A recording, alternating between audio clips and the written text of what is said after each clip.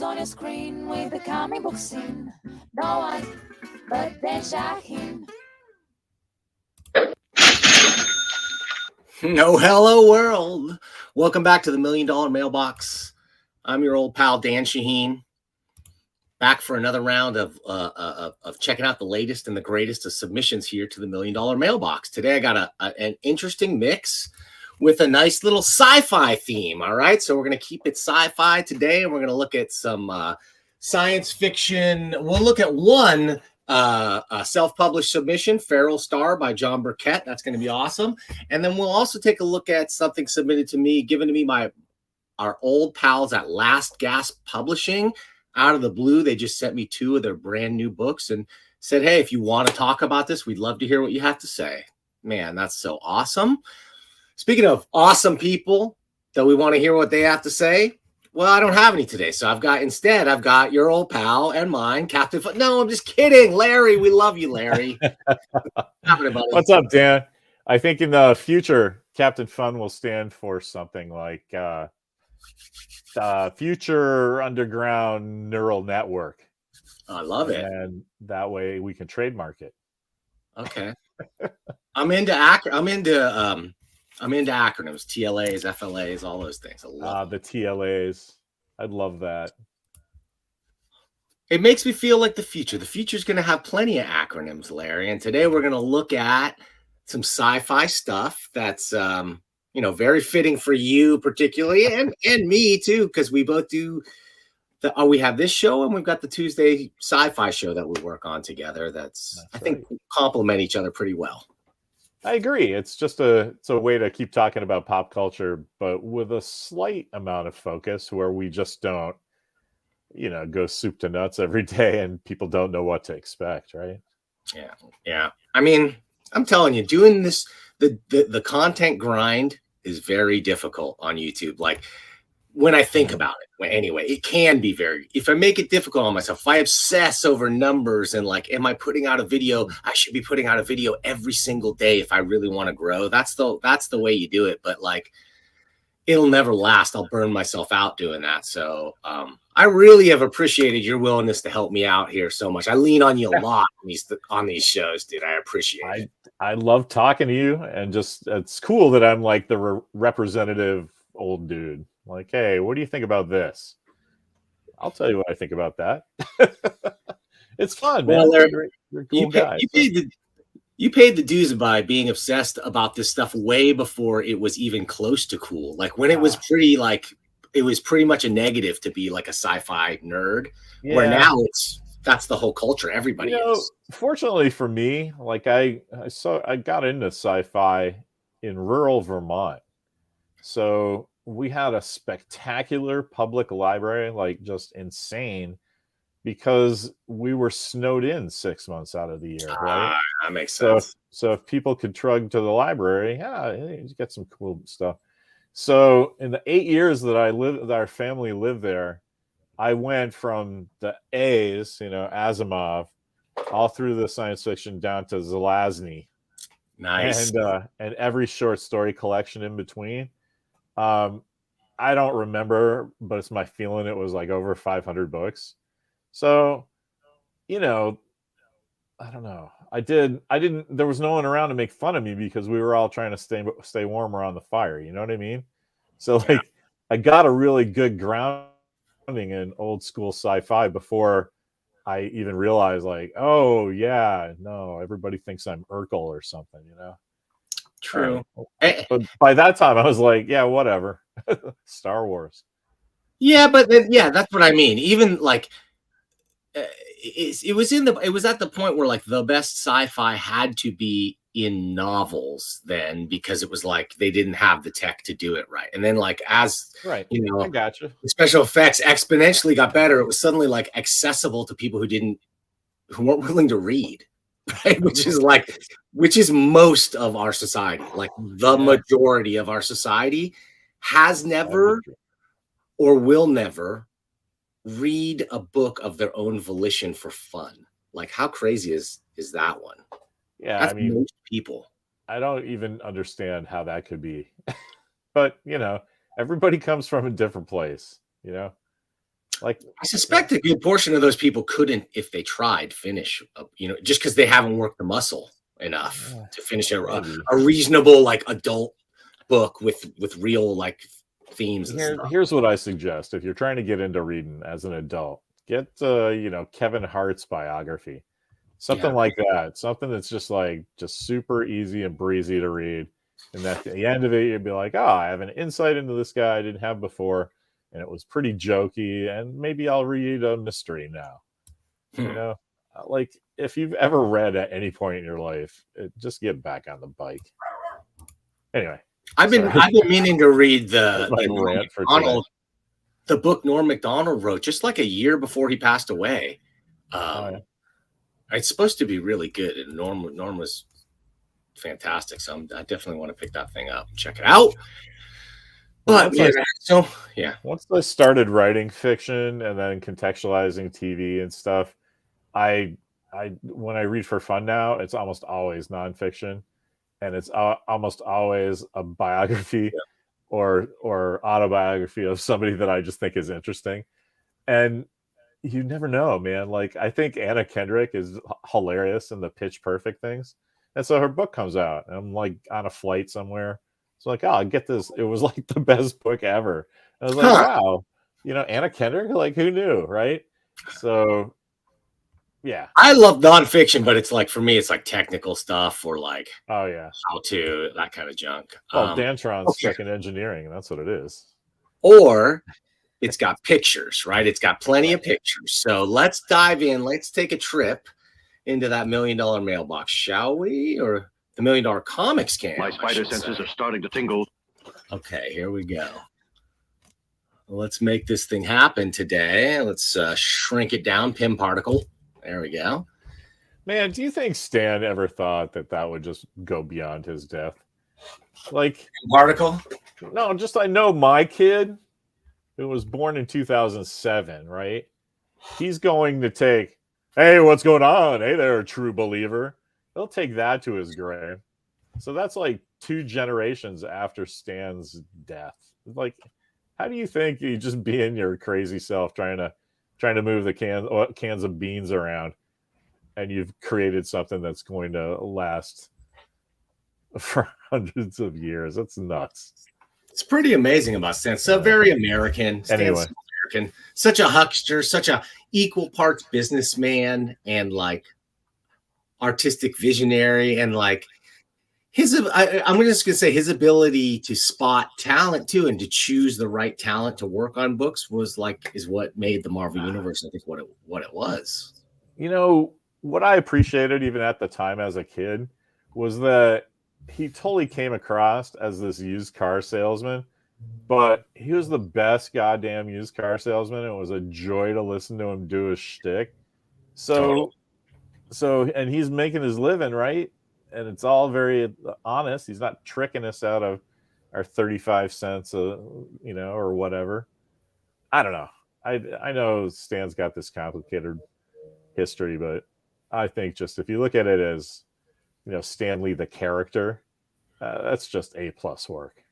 This is what I'm saying. That's just like outside of his crafted persona or his movie cameo version, like the real man is a fascinating. Stanley Lieber is a fascinating, really intelligent, complicated character, let's just say. Okay, speaking of which, let's take a look at some comics. What we're not. I thought you were going to lay some therapy on us. Speaking of which, Dan Shaheen, am a complicated character as well, and I want to lay this out for you. That's the thing. I'm not. I'm very simple, straight ahead, straightforward. And so today we're only going to look at the books I've read. Now, this one, the collective writings of artist Robert Williams, basically his introductions to every issue of Juxtaposed magazine that he ever wrote, I believe. And I've dipped in and read a couple of them, and they're all great. He is that rarest combination of amazingly talented craftsperson with just a down-to-earth nuts and bolts, like anti fancy pants art world mentality. Like, he's very against that, and that's kind of what Juxtaposed was all about. And honestly, introduced So many art. It was such a groundbreaking thing and really so influential. It was amazing. Not to mention his Zap. That's all I had to say about that. Like Juxtapose, like took fine art and made it so, like, people could, a third grader could understand, and like everything in between, right? It's like folk art was kind of like their thing, and tattooing was like an intro to that. I don't know, man. I really liked that magazine, and I wasn't really following the art world outside of comics back then, but Juxtapose was like killer. Absolutely. I mean, like, they were the kind of artists that before Juxtapose, this kind of street art stuff, influence stuff, pop culture influence stuff, this was viewed as the realm of illustrators and not of fine artists. And it was Robert Williams that probably among with a couple of others, but like he is the guy who pulled it over and then created Juxtapose, which nobody really wanted at first, but it became one of the most influential art mags out there. And now everybody wants this style, right? Now everybody's I'm trying to think, where would you put like Ed Big Daddy Roth on that scale of stuff that's street art? And I guess it's not. You can't really say it's fine art with a straight face. It wasn't. But there's a direct line from him to Robert Williams to Peter Bagg. It's not. Yeah, it's not. Whenever somebody says something absolute, I always think, oh, what's the corollary to that, or what's? But yeah, I think you're right. I think it's Williams. Well, like cartoons and whatever was commercial illustration. So that was the world where these guys thrived, and everybody could go like, oh, that's a sweet picture or whatever. But you couldn't put it in a gallery, and you couldn't serve cheese or whatever they serve in those scenarios. And it's like, it took Robert Williams to really drag it kicking and screaming. Although, no, I'm going to say who else? Rick Griffin, poster artist, was probably one of the even earlier guys to do that. They broke through first with the posters, but then they were collaborators together on Zap. So like it all works together. Anyway, we're not. Oh, your cool indie history, underground history. Well, I just read that great book, Dirty Pictures. Oh, right. We talked about that a month ago or so. Yeah.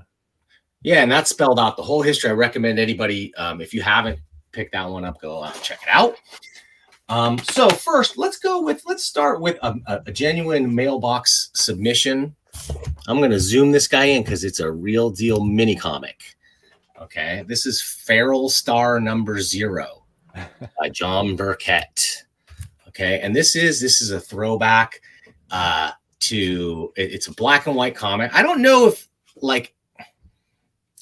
I believe this is like an ash can edition, sort of meant to bring you in. And I don't know if there's going to be you can subscribe to it as an ongoing thing through Substack. So you'll literally get it in your email. Dan, look what it says under the by John Burkett. Number 0, part 1, second printing. I love that.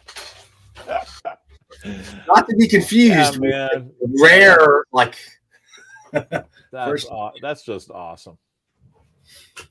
So, and you could subscribe. You can go to johnburkett.substack.com for more.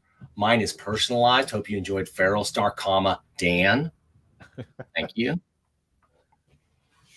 And let me just quickly go through it because it's a shorty, but it's great. It's so sci-fi, it's so Larry would read this in the first page. Yeah. I already love that hand-drawn logo. I'm all over that. So this just looks like my kind of jam. This is the kind of stuff I used to look for in the old days, Anyway, so keep going. Don't let me interrupt. Well, no, please do, but because I'll just be around forever. He's on my side. I mean, I'm on his side already. This is great. What I'm saying is you would read this and you would instantly, within page 1, understand the world and the context of this, right? These guys are like sci-fi junk scavengers, right? So they're on a scavenger mission. You get it. You get what's going on there. And then they're going to have an alien encounter while scavenging for junk. And there's going to be... As you do. It's gonna happen. As one, take my helmet off and give this thing a lingering kiss and see what happens. Oh, now, I hope I would have liked to see this thing in a larger format, just because my eyes are bad. I'm an old man, and mini comics maybe past my time. But I thought at first it would be too dense to read, but actually he nailed it, and it's actually very readable at this size. He did just the right thing with, pacing his word balloons, not putting too much, because especially when you're going to shrink down to this big, that would be a big mistake, right? To have big blocks of text. Yeah, it passes, what we used to call the squint test, right? Yes. So, nice job, John. It's hard to see. You're going to want to watch this on the big screen, folks. If you're watching this on your phone or something, it's not going to do justice to this, densely inked old schools. There's no computer coloring or layering going on here. This dude is doing his modeling and his shadows and stuff with a pen on paper, from cross hatching to traditional inking techniques. He's doing it the old school way. I love the salty disdain in the tone of your voice, though. Just he's not using those ones and zeros that the kids use nowadays. I would not fault him if he did, but I go, this is one of those things where it's like there's a level of craft you have to have that you can circumvent by taking certain technical digital shortcuts, for sure. And that's not a bad thing. If that speeds up your process and lets you put more emphasis on other things, I'm definitely not dispiriting digital comics creators, because they're doing good stuff. I think we all knew that the spirit of what you said was a performance, that you were just doing a little bit. Because you are the champion of, I don't care how you get it down on paper. No, that's true. Right. So or on the screen, for that matter. On the screen, right? Whatever, sure. What I meant paper in the old 20th century kind of way, that where I'm from, where that was the medium of choice. Okay, and I love on the back, you kids with your holodecks and whatnot. Get a little bit of world building on the back, where we get to see the T9 sector of the Daphne Tauran galaxy, 20,000 by 20,000 light years. Although I will say that's a two-dimensional, like the map is two-dimensional and the sector's two-dimensional. So I always wondered that about space sectors. Like, shouldn't they be measured three-dimensionally? Like, you can't say a sector in space is so wide and deep without having, a third dimension to it as well, right? It doesn't really make sense unless you do. Unless you say that everybody that travels those space lanes has agreed on the plane of the ecliptic as your z-axis, and then you can do whatever the hell you want. Okay, so that's it. So they agree that we're going to start Captain Future Underground Neural Network, which I am in the future now. That's how I'd explain that. Okay, so I don't want to give away any of the twists and turns, although you can see on the cover the cool fungus monster designs that he has going on here. We've got sort of a fungal life form. That's fun. Put the fun in fungal. So Feral Star, it's your salty ragtag crew of scavengers. Like, you're gonna fall right into this place and you're gonna feel at home immediately. So I think you're gonna want to subscribe to the Substack and maybe read a little bit every once in a while, and you'll just feel right at home in this sci-fi world. What do you think, Larry? Yeah, that sounds great. Okay. I think if everybody's got diagonal zippers or some kind of plastic vacuum form chest plate of some kind. Yes. A blaster that looks like an Old West pistol, and maybe somebody's got a cybernetic eye. I'm good. Feral Star, sign me up. All of those tropes are represented in one way or another, but in a great way. I don't mean to say that, because I couldn't look at this and go like, oh, this is an Aliens ripoff, or this is a whatever pastiche. Yeah.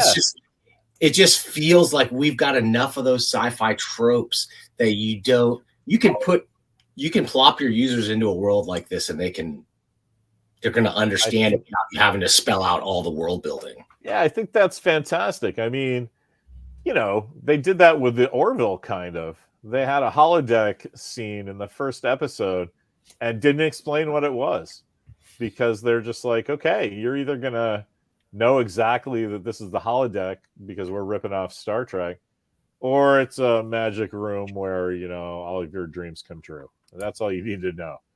And so sometimes a comic book's going to be like that. If you're picking up something called Feral Star, you probably have, you know, an understanding of the tropes, right? So, yeah, I was excited to hear that he does the whole world thing in the first page and then starts the story. I'm like, that's great. I love that. Well, this is a good fit with that other comic we read, that Barb, that independent sci-fi one. We looked at it a few shows ago.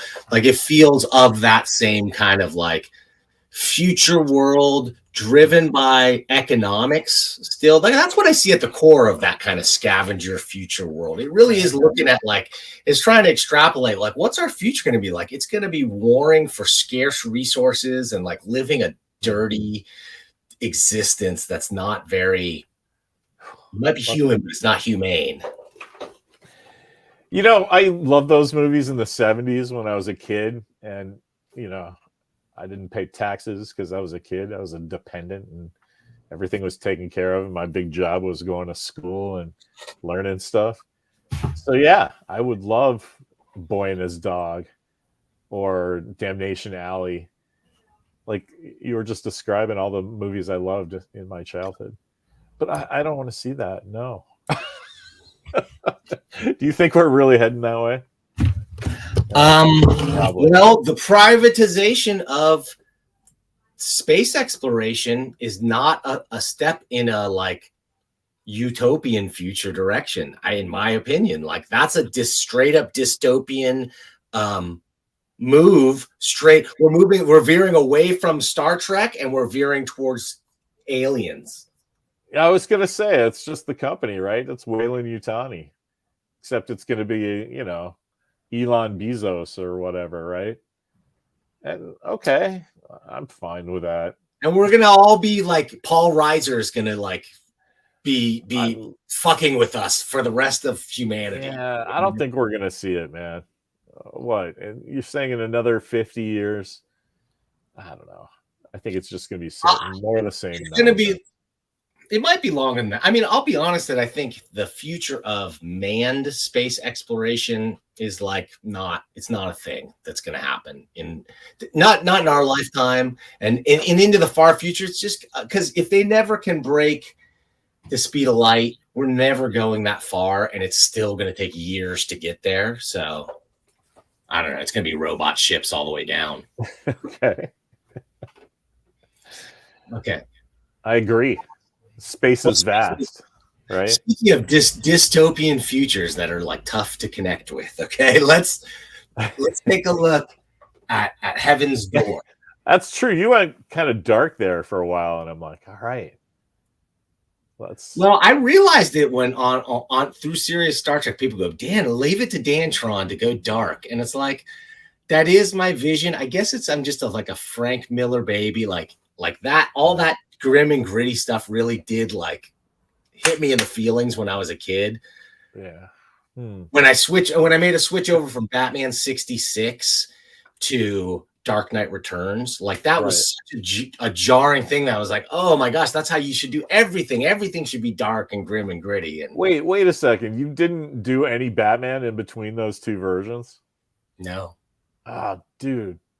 I read some. I was in third grade when Dark Knight Return came out, right? So, right. I forgot. And so I didn't even read comics at all. And when I did, actually, I had just started reading comics, but I was purely a Spider-Man and X-Men guy. Like Batman was super corny, but I loved the Batman 66 show. But that was Batman in my mind, right. And then Dark Knight Returns, and then Tim Burton comes along, and now it's all up for grabs.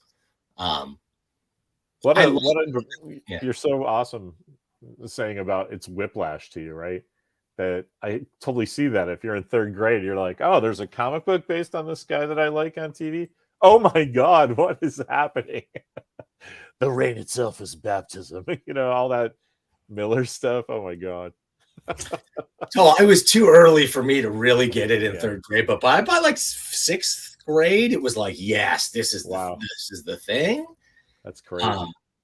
Okay, so I'm going to admit right now, I don't know who Kichi Koiki is, and I don't even know if I'm pronouncing his or her name correctly. Like, I don't know a thing about this creator, other than these comics that I've read.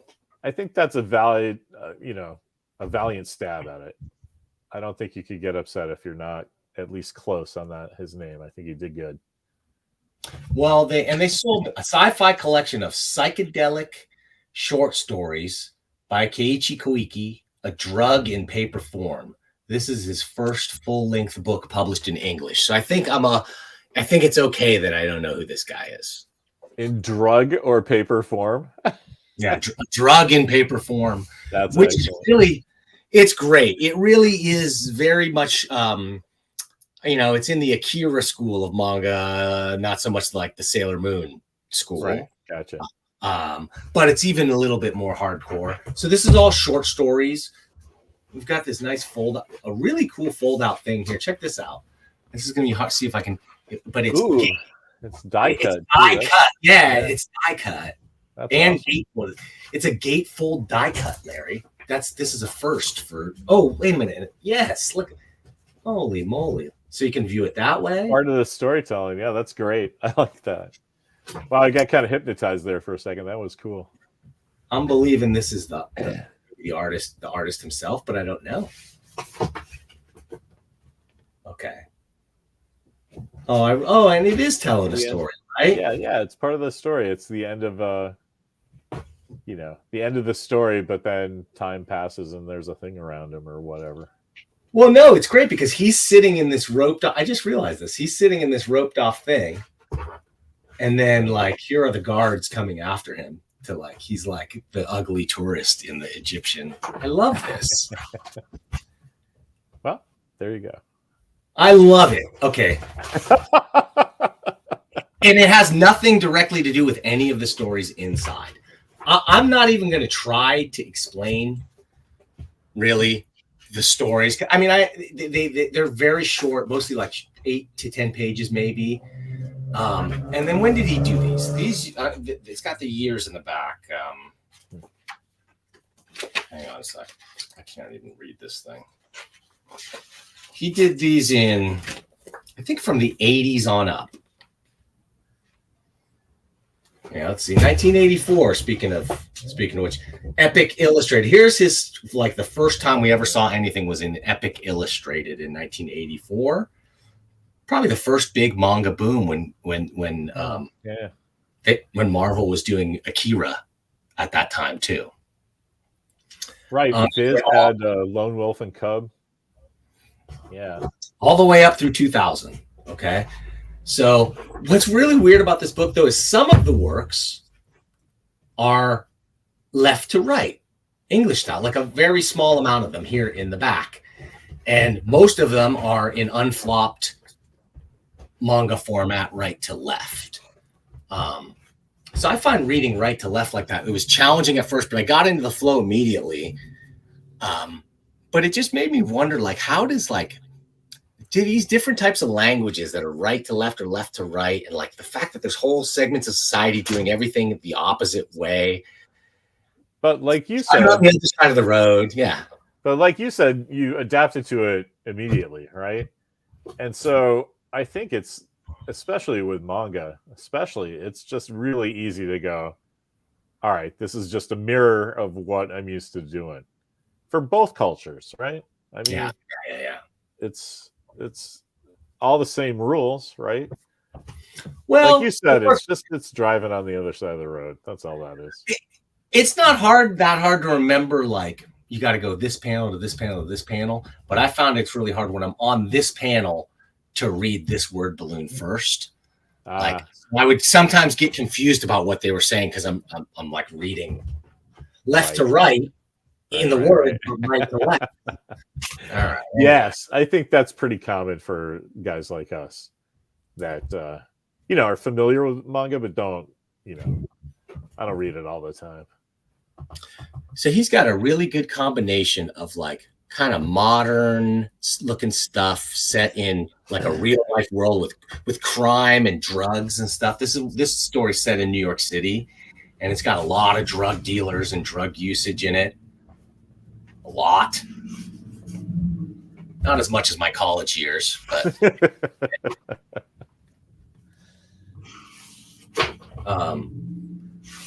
they each kind of go in a weird sci-fi twist of some kind that showcases like this guy's really crazy art style, and it gets crazier and crazier. So the earlier works, that was some of his earlier works, but as we go through this thing, we get into some really crazy worlds of not just like cool design on the characters and stuff, but like really innovative panel designs and flows and stuff that are very readable. I just read this whole thing in about 30 minutes.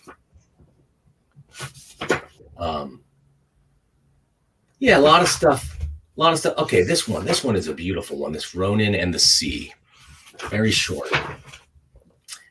Totally wordless. Okay, and it just starts with like samurai or a Ronin on a boat coming obviously from Japan, and then coming across like an iron ship and encounter with the crew, and he leaves the ship, and he gets back on his boat and they keep sailing, and now he's sailed back to Japan, and now we're back to modern Japan. So it's a time travel story. Just told silently without any kind of backstory to it, without any kind of like anything, but beautifully drawn, fun to read, and just like a little morsel of great comics. I loved it. Okay, this next one, oh my gosh, Looper. This has got to be my favorite of the whole book, because, dude, I'm a sucker for like little kids that are just like not, they're underdog kids, right? Okay. So this is a kid who's teased in school, who's like, he's a complete latchkey kid. Every time we see him at home, you never see his mom. You only see notes from his mom. And like the teachers communicate to the mother through these parent-teacher journals. And, he's bullied. And he finds a turtle that he names Looper. And he's so happy that it's not like the only happy thing in his life. So of course he brings it to school. And so you can figure out what's going to happen with bullies and the child's treasured turtle. It's not going to be good. And so and he was just so happy. And he's just such a beautiful depiction of this poor little kid who's got like slightly deformed eye and maybe some learning disabilities, but he's just lonely and sad. And it's just, oh my gosh. It really affected you. That's great. It hit me in the feels, dude, straight up. I mean, I'm not going to say like. No, but isn't that great, man? It's all just lines on paper. So that guy's doing the work if he can make you feel something, right? He did it. Wait a minute. Yeah. And it's got a hopeful ending too. So it's not just doom and gloom. I won't give it away. This is worth picking up and reading. This is the kind of thing where I'm not a regular manga reader, and I'm never going to read the stuff that dominates the manga charts, because it's all, it's mostly for young kids, or it's just stuff that doesn't necessarily appeal to me. But it's the stuff that Last Gasp has been publishing. They published this, and they did another one that I reviewed. I'm spacing on the name right now. But it's adult manga written in Japan for an adult audience to read. And so it's just a whole other level of literary interest in it.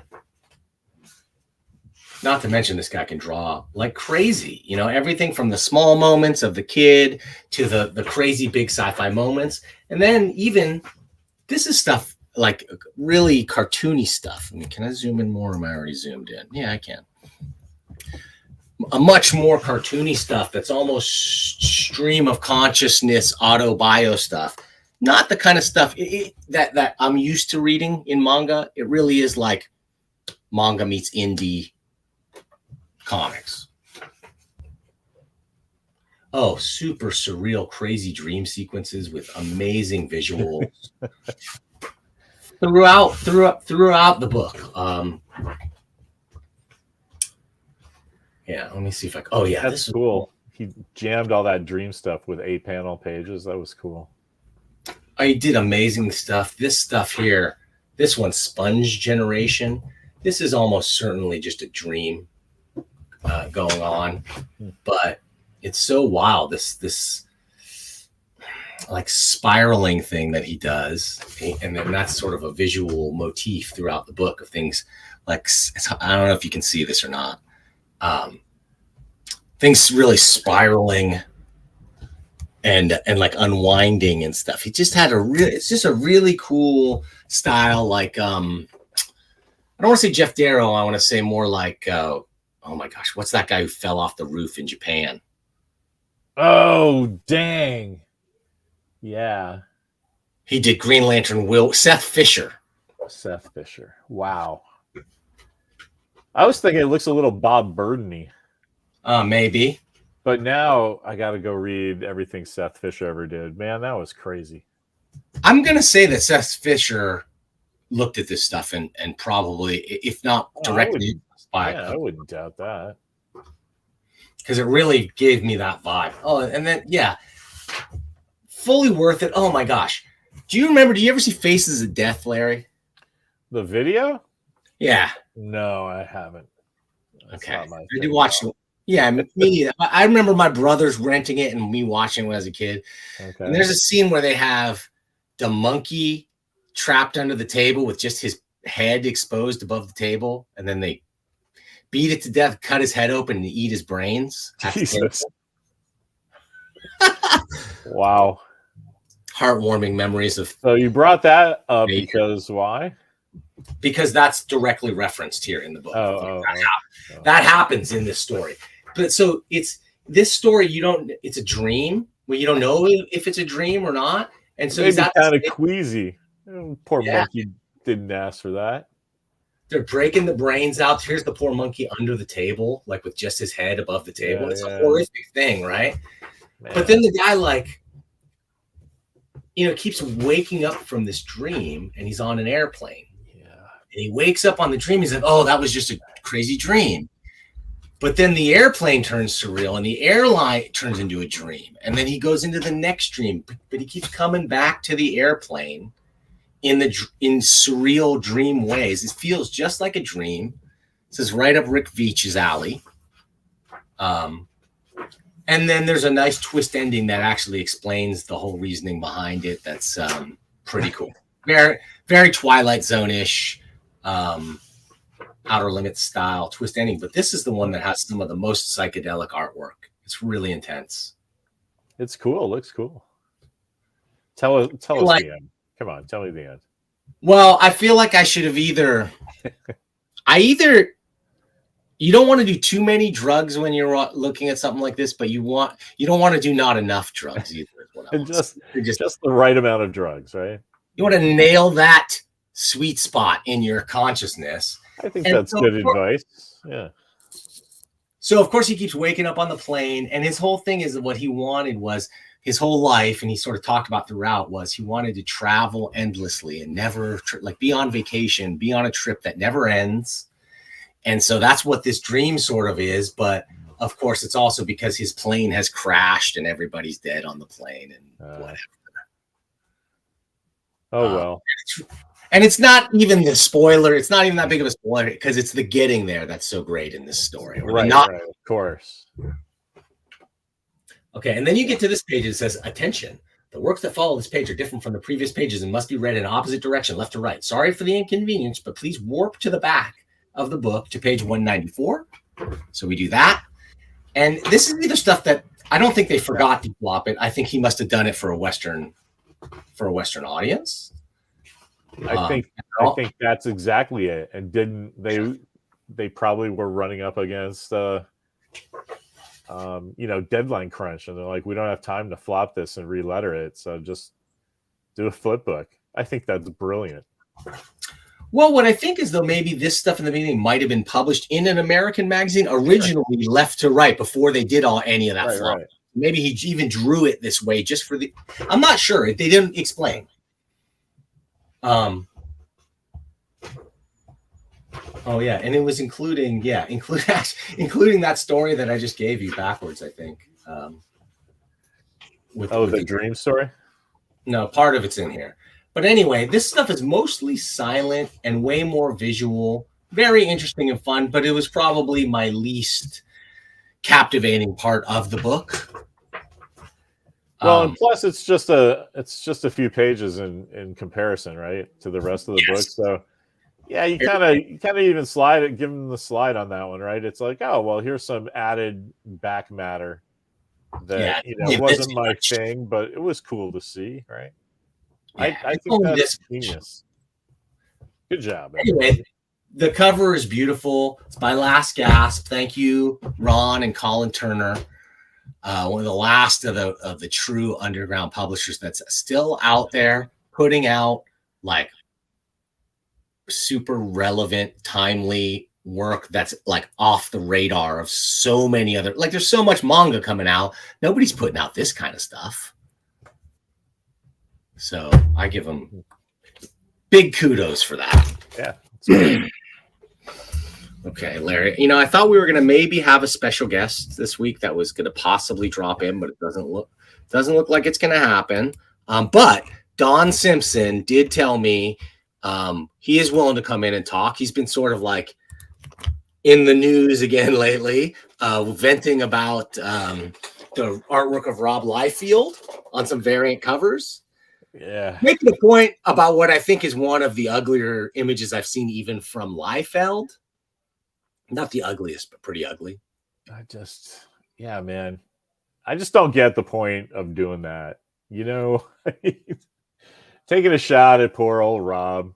I know Rob is a controversial figure, but it's just like he's a lot of things, but poor ain't one of them, Larry. I think I'm getting I meant, I feel sorry for his soul to have to, put up with, like, what is the point of Don Simpson getting all cranky and going, ooh, this is the end of comics because, he riffed on his own piece from 35 years ago.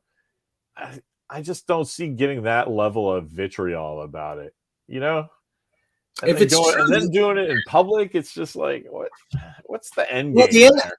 I think if that's the end of comics, the end of comics should have been when like he was such a mega star for putting out the original one, because that was not far from a great drawing. I know, it's like, I don't know. I think it's kind of adorable to like that he's willing to revisit stuff from 35 years ago. That's not usual in the arts. I don't know. I don't know what the point of Don getting mad about it is, and I don't know why Rob would care what Don thinks about that. That's a head scratcher to me. Well, let me ask you this: what if we were in an alternate reality, where the only thing that was different was Spike Lee did not make the Rob Liefeld commercial? The jeans ad? Yeah. Was it for jeans? It was for it was Levi's ad, right? Yeah, it was a 501 ad or something. 501, exactly. So that's the only thing that's different. Everything prior to that is exactly the same, but that commercial never happened. Okay. Is Rob Liefeld the same level of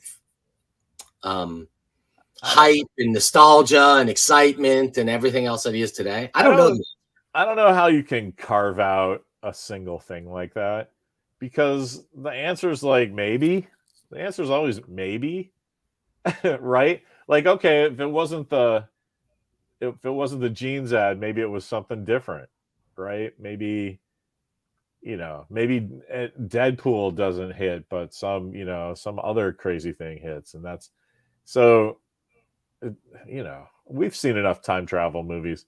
Depending on what the rules of our time travel is, it could go. The time stream could go anywhere. Well, I You know just what because I lived through all that too. And you know what I loved is that Dennis Miller had this like super short-lived late night show, and loved Chevy it. Chase had one for like 13 episodes. And if I'm not mistaken, Rob Liefeld was a guest on both of those. Nice. At least one of them. I remember seeing it going, holy God, a comic book guy is on a late night talk show with famous guy. You know, that was like, so does that not, I mean, you know, of course that happened because of the Spike Lee thing, but good on Rob, right? I mean, everybody gets a flash in the pan like He that, but not capitalized. everybody makes it go for 40 years, right? I So, think the main problem with Rob, maybe his legacy is just that he was the guy who was the worst at breaking the schedule. And like when as a retailer, it hurt a lot of retailers because books were so incredibly late and they had placed orders when the hype was huge. So a lot of people got stuck with unsellable stuff because of many people would say Rob's personal unprofessionalism maybe at the time. Yeah, no, I agree. But I don't know anything about their business workings and all that stuff. So it could have been anything, you know. I can't speak to that point. Oh yeah, I remember all this. Yeah, he denigrated Steve Moore a lot because like Alan Moore would bring in Steve Moore, who was like his neighbor, to write things, and like yeah, it wasn't Alan himself. But so anyway, Rob had a lot of unkind things to say. Yeah, I guess I just don't follow all this kind of grade school, you know, soap opera stuff. I don't know. Captain Fun is beyond that, folks. Captain Fun. It doesn't sound fun to me. That's all. I agree. It's not, you know, but it is kind of fun. I don't know. It is kind of fun watching guys sniping at each other, watching dudes get taken down, maybe a peg when they make some. Because don't forget, Liefeld himself has not been immune to making really obnoxious proclamations about not just other artists, but an entire generation of artists, right? Like he's like anyone born between this year and this year, they're just a whole new breed that you can't work with. I think that's a lot worse than Simpson saying like this picture sucks when it does.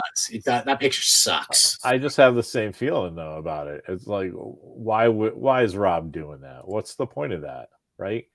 Like I say this all the time that Craig Ferguson, the late night talk show host, has this rule. Does this need to be said? Does this need to be said by me? Does this need to be said by me right now? Right? So like I look at something like, you know, I mean, I haven't really thought about it, but this Simpson Liefeld thing, right? Like if I was Don, I'd be like, all right, I have a pretty strong opinion about that, and nobody else seems to be saying it, so maybe I should say it. But like, maybe if this is such an important point, maybe we, you know, put it off for a little while and discuss the point instead of just saying it now and it turns into this giant, you know, dick swinging fight. I don't know. It might have been the hyperbole of when he said, "This is the end of the comic book industry." Yeah, I mean, if he just said, "This, look at this picture, it sucks," I don't think too many. Yeah, but Rob also has that kind of bombastic thing too. I kind of don't even that kind of stuff. I guess I forget that it doesn't register on me, so I forget that it does work on other people. You know, like. This is the best thing ever. It doesn't really mean the best thing ever. That's just the marketing speak, right? I don't know. The better beard between us. Oh, it's definitely Dan. And we got to let our beards fight sometimes. Yours has the length and the color. It's just much more attractive. I'm an old hound with gray in the muzzle. Well, as I've always said, even on the show, I'm sure that it's not a beard until you get stopped by airport security. So, oh man, you know, can I tell a quick story about that?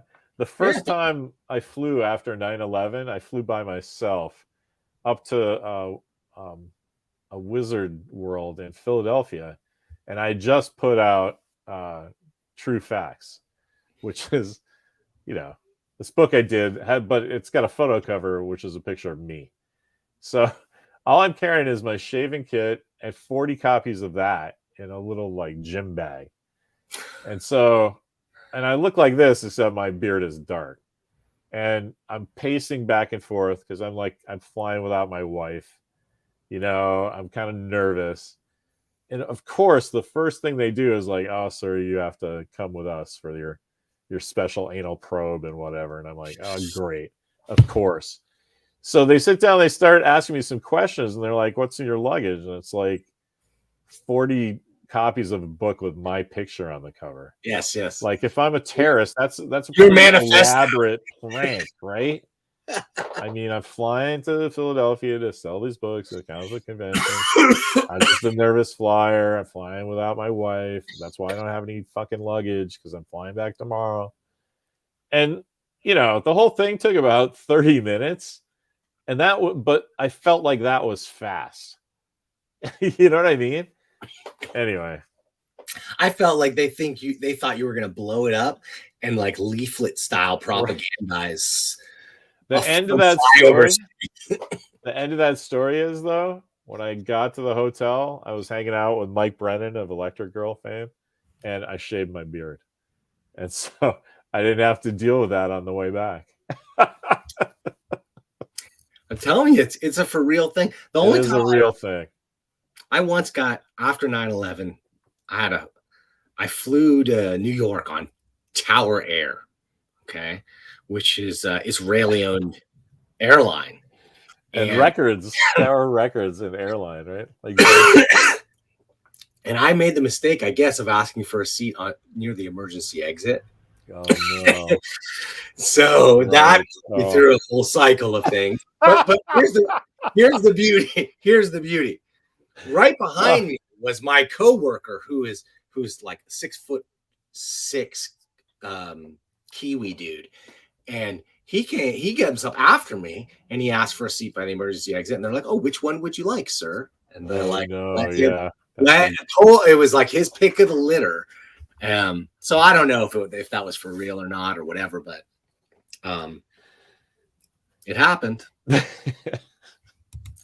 That's funny though. The one thing I was taking away from your story is that there was a time where that was a thing, right? It was okay. Like everybody just was like, no, of course. What do you expect? What'd you think going out dressed like that, Dan? What do you think going out with that nose and that skin and that complexion? I get it too. It's crazy. Sorry, guys. Wait a minute. Sorry. Yeah, he is taken. The guy in the red is Yikes. No, I have never been to Israel. I'm in my dad's camp. My dad got out of there when he was in his early 20s. Never had the desire to go back under the current regime and see that situation. So I haven't had. I would like to check it out, but I don't see it happening anytime soon. Yeah, I'm going to New Zealand. You said that 6'6" Kiwi guy. Like, yes, I'm going to Queensland or someplace on the South Island, Arrowtown or something. Tasmania. Go check out. You go check. Oh no, you're not a Lord of the Rings guy. Yeah, I mean, I would like seeing the stuff though, definitely. Okay, Larry, I gotta get out of here. Okay, we got a lot of sci-fi to talk about because Andor. We could talk about that. Did you watch it yet? I did. I saw it. It was excellent. I loved it. Yeah. It's like a BBC mystery, except in the Star Wars world. I think that's a perfect analogy because I can't stay awake. I can't stay awake through a BBC mystery either. It was like it is pretty slow. Yeah. I've been thinking about adding a segment. I was going to do a thing with my wife where we watch a movie and then I fall asleep during it, and then I review what I remember from the movie, and then she have her just like shake her head. Oh, damn. And she fills in because that's what half of Game of Thrones was, her just filling me in on the details. Yeah, that happened to Mimi last night. We were watching Last Kingdom, and Walker and I are like crazy into it. Utrecht, son of Utrecht, and she just zonked out. And in her 20-minute nap, like the main character got married 3 times and overthrew like all of Wessex. And she's like, "What I miss?" And we're like, "We literally can't tell you. We have to rewind this." Anyway, sometimes that happens. You have different ideas of what happens when you watch TV. They fall asleep. Well, yeah, if you were to ask me about what the episode of Andor, like what happened, I would say there's this guy. That's all I remember, dude. You don't remember the cool backstory stuff with the kids when he's younger? Because No. Here's what I love, like, because usually that's Kiss of Death, and I made a note of it that, here's him flashing back to something that happened to him when he was a child under times of stress, and I paused it and I looked. It's at the 12-minute mark of the first episode, and I was like, "Oh dear Jesus, this is the sign of death, right?" And I forgot about it until the end of the 3rd episode. Because they wove it together so well, and they finally explained what the deal was and why that means something. Okay. It's so, yeah, but I see why. Like if they had just did here's episode 1, no one would have watched episode 2. That's what I'm saying. Totally. And they introduce what's his name? Professor Eric, what's his name from Thor? Who actor I thought was in Star Wars already, but turns out that was Mads Mikkelsen. Oh, okay. Anyway, they don't even. He's like a major character. They don't even introduce him until episode 2. So, like, I don't know who was doing the marketing on that one, but it was a good idea to do 3 episodes because then 3 there's tons of action. So if you watch it all at once, it kind of goes like a movie, right? The first act is all boring setup. The second stuff that you raise the stakes, and the third stuff, all shit comes loose. So, people are going to complain about everything. That's what my wife said she wanted to try it with me, so I'll let her be the decider. All right, cool. Yeah. Okay. I got to get us out of here, Larry. But before we, wait. Dan, thank you. Yeah, there's one other important thing though that I totally forgot to tell you. I think you might know this. Tobor is robot spelled backwards. Okay, so thank you guys. Oh man. That'll just be in my head for like the next 2 days. I'll just be like, Tobor is spelled backwards. Okay, Peerless Loser wants to know about oral knots, Larry, on YouTube. I don't know. If you guys want to know, but maybe tune in to Serious Star Trek / Sci-Fi Tuesdays at 3 p.m. Pacific. That's our new time for all your favorite sci-fi antics. I think it's a way better time slot. We'll have caught up on all the stuff from the weekend. Be ready to be fresh in our minds, ready to talk about it. I think it's going to be great. I agree. Come on, and come on, check John that out. Price will come back to us. What's that? That oh my god, that video game where there's a guy that talks to a wrist communicator, and there's a girl, and I don't know. I was trying to think of the post-apocalyptic thing, and I was like, maybe that's John. He's trapped in the post-apocalypse, and which all that would have been great if I had the reference like right there at my fingertips. Yeah, I'm trying to think what it is. Every once in a while, I go into video games, and I'm not so confident, and I just, you know what? I'm just not going to try to reference video games anymore. You're out of your realm unless you're referencing, like, I don't know, Pong or something. Yeah, Joust, maybe. Maybe Joust. Zork. I could even make references Tempest. to Zork. I was a Tempest. I was a Tempest. Ooh, I love Tempest. Ooh, Tempest. That frame one. Anyway. Okay. Fallout. Yes. Thank you, Peerless Loser. God damn it. Thank you.